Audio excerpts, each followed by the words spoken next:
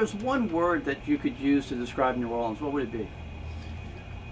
I would say cultural. And you want to elaborate on that? Well, New Orleans is like a melting pot. You can meet people from anywhere in the world. People basically come here for the food and the entertainment. And, it gives the musicians work because, they have to be entertained when they come.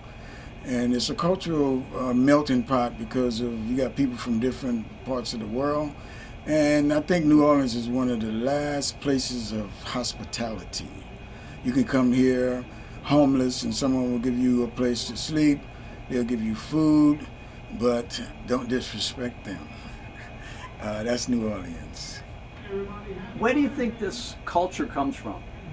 It have to go back from Africa, with the African slaves being brought here, going back to Congo Square, which is Louis Armstrong Park now.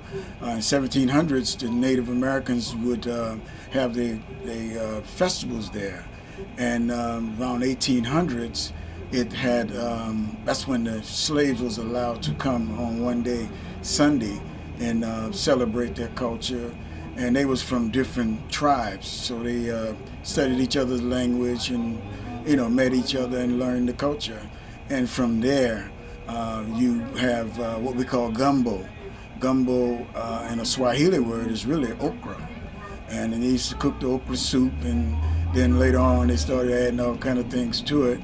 But a lot of the food that people eat today originated in Africa. And I think that's part of the culture that really keep it together. New Orleans needs a lot of work. First, we need to be honest with the things that has taken place in this city, and together we can come up with remedies to combat things that's taking place right now. Like with the youth, we need jobs for these kids, and until we address those issues, we can say New Orleans is good, but once you're here and you're living here, then you find out it needs work.